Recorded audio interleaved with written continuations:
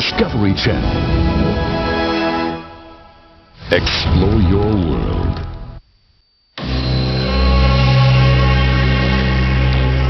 Imagine the ultimate bionic man.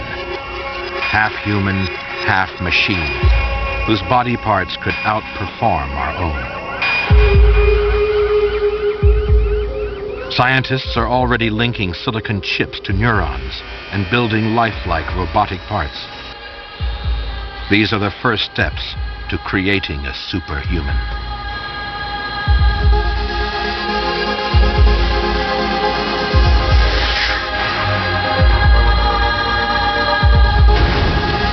The bionic man could have legs made of unbreakable titanium with automatic gears,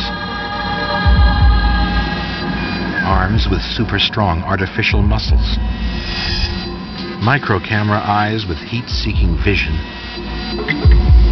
and ears capable of receiving radio messages. This may sound like science fiction, but the body of the future is beginning to emerge.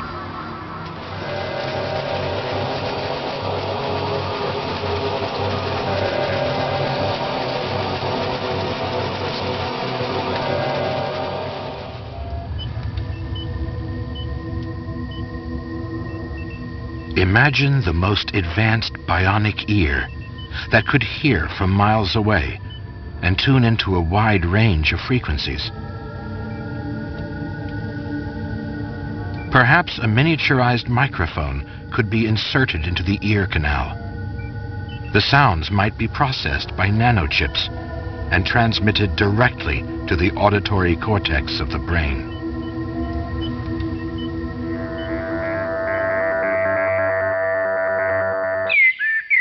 But the human ear is a remarkable organ.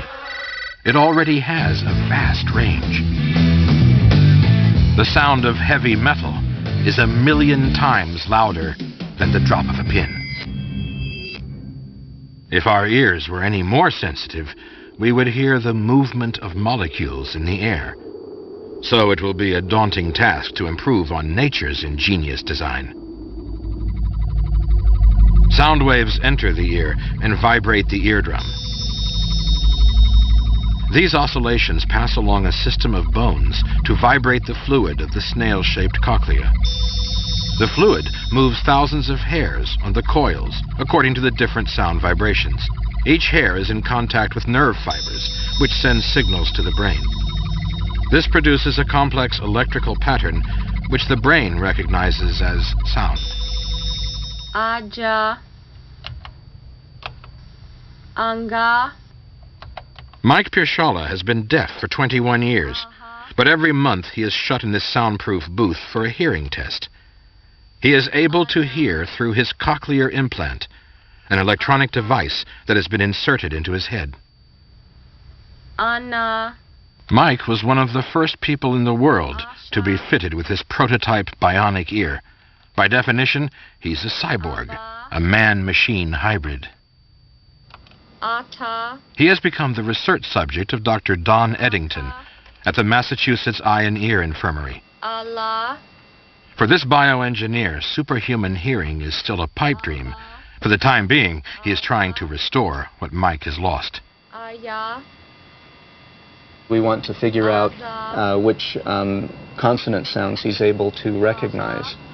Sounds like aba, ada, afa, aka, all in random order. And that will give us a clue as to what he recognizes, what he doesn't recognize. And hopefully that information will help us decide how to make the system better for him.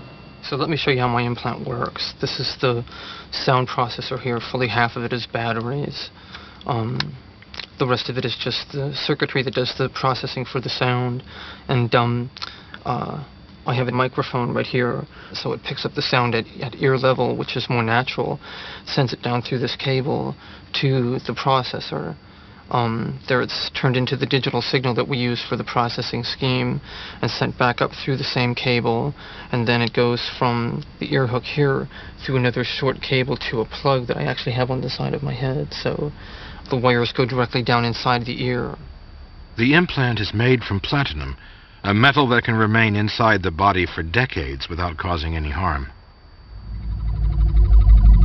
The signals are sent along a bundle of wires into the cochlea. 6 electrodes on the ends of the wires replace the thousands of hairs that stimulate the nerve cells. These cruder messages pass up the auditory nerve, as in normal hearing.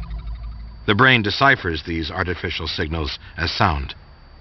When I unplug this here, right there, it's just basically an electrical connection. And when I unplug that, then there's no sound whatsoever. When I plug it right back in, like that, then my voice and yours and everything else comes back in.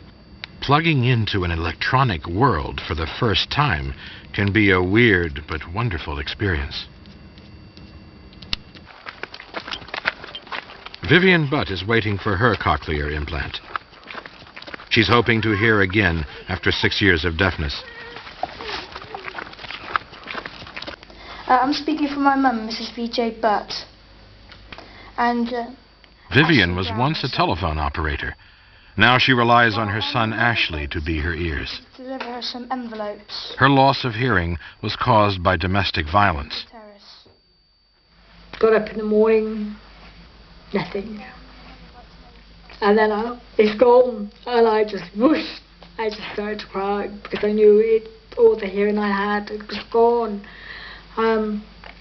But now, after all the tests I've had, they know it was the blows to the head which caused the traumas to the ears. When they operated, they had so much scar tissue to get rid of, to get the implant in. So from being with a violent husband, you can end up deaf. Vivian was eager to have an electronic ear. She is one of a few hundred people worldwide to have had this operation. The surgery takes place under a microscope because the cochlea is only the size of a fingernail. The wire is held in position with bone cement.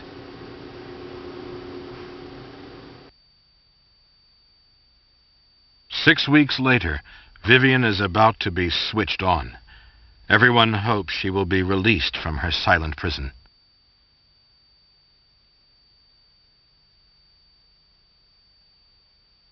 The staff at Southmead Hospital are gathered for the big moment. They know if Vivian does hear anything, the first sounds will be very strange. Now then, something coming through now? Something. Okay, now then, what does that sound like? It's just like when you hear wax. So, Everything I could think of. I'll tell it a bit more. 1, 2, 3. I'll go work her down. Oh, come on, hang on. All right. Come on, turn it down. Down to it. Okay. Yeah. It's like you were like a robot. All right. Maybe they have. Yeah. Climbing. Yeah, that's very silly.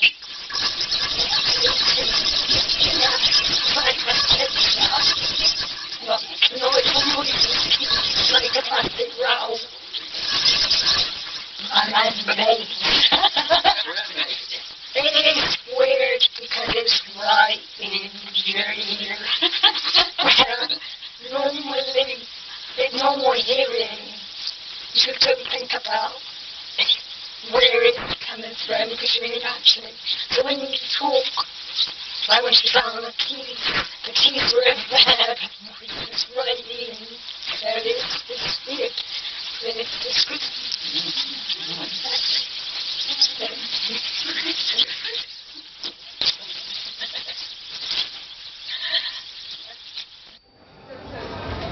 Back in Boston, Mike's brain has learned to make the most of the new sounds. At first they were strange, but with time they have become more natural. Even so, the technology still has a long way to go.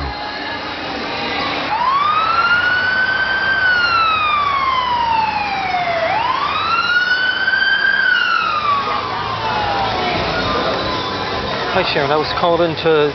I got your message at work, and I was going to see about getting together with you, but I guess I'm kind of calling from the wrong phone here. I'm at Quincy Market, and, you know, I picked one that's a bit too noisy, so it looks like it's just not going to work.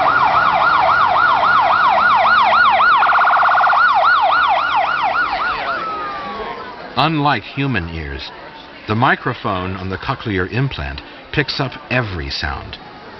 It can't differentiate between the more subtle sounds. It's impossible to judge distance or location. In noisy places, the cacophony of sounds blur into one another. In normal hearing, the brain can use information from both ears to focus on what it wants to hear and ignore the rest.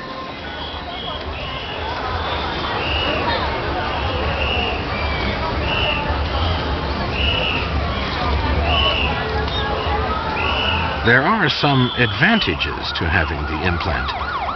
Sometimes you need to just turn it off.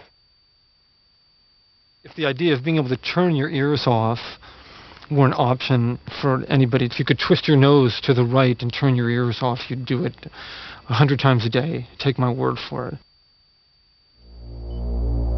In the future, bionic ears will be undetectable. It would be very nice to get all of this equipment, the stuff people are wearing on their belts and behind their ears, into, say, the ear canal or totally implanted underneath the skin to make things aesthetically more pleasing and also more comfortable to wear. Packaging everything into one implantable unit would also make for less maintenance and easier use from that perspective.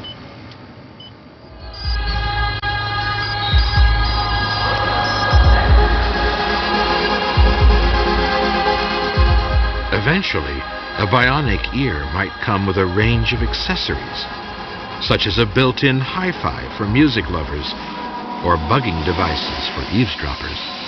Yes, George, I really think we've got the opposition beat with this one.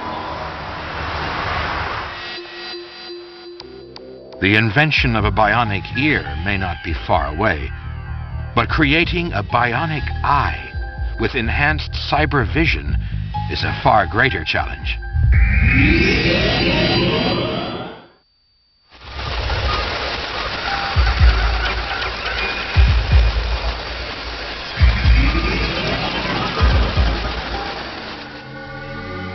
A bionic eye that could see better than our own would require a combination of TV technology and brain surgery.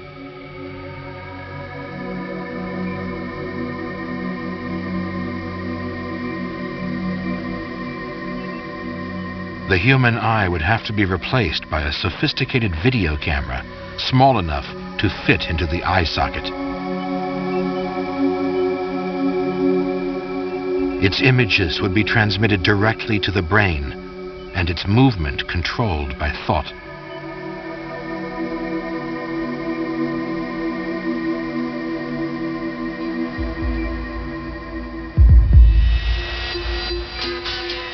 Creating a bionic eye that could even equal our own natural eye is a formidable task. We can distinguish between 10 million different colors and grades of light. Experiments have shown that on a moonlit night, our sensitive eyes can see a match struck as far as 60 miles away. Vision is also dependent on the complex processing of the brain. To construct an artificial eye, scientists are studying how the visual cortex handles information. When an image enters the eye, it is focused by the lens onto the retina, an area at the back of the eye that transforms the visual image into electrical signals. These then travel along the optic nerve to the visual cortex at the back of the brain. As nerve cells are stimulated, the brain deciphers the image.